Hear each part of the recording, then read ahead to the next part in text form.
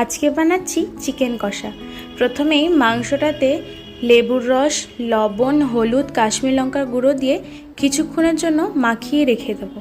এবার একটা মশলা তৈরি করে নেব, আদা, রসুন, কাঁচা লঙ্কা, নুন আর সামান্য জল দিয়ে। এবার কড়াইতে তেল গরম করে তার মধ্যে শুকনো লঙ্কা, দারচিনি, এলাচ, লবঙ্গ, তেজপাতা, গোটা জিরে আর সামান্য চিনি দিয়ে ভালো করে নেড়ে পেঁয়াজ দিয়ে দিতে হবে। এবার পেঁয়াজটা একটু ভাজা হয়ে গেলে তার মধ্যে আগে থেকে করে রাখা সেই মশলাটা, ধনের গুঁড়ো, হলুদ গুঁড়ো, শুকনো লঙ্কার গুঁড়ো, কাশ্মীরি লঙ্কার গুঁড়ো আর মরিচ গুঁড়ো দিয়ে ভালো করে নেড়ে চেড়ে টমেটোটা দিয়ে ভালো করে কষিয়ে নিয়ে আগে থেকে ম্যারিনেট করা মাংসটা দিয়ে দিতে হবে। এবার ভালো করে ঢেকে ঢেকে একটু একটু করে জল বেরোবে, ভালো করে কষাতে হবে। তারপর নামানোর আগে গরম মশলা গুঁড়ো আর ধনেপাতা দিয়ে নামিয়ে নিন। রুটি লুচির সাথে পরিবেশন করুন।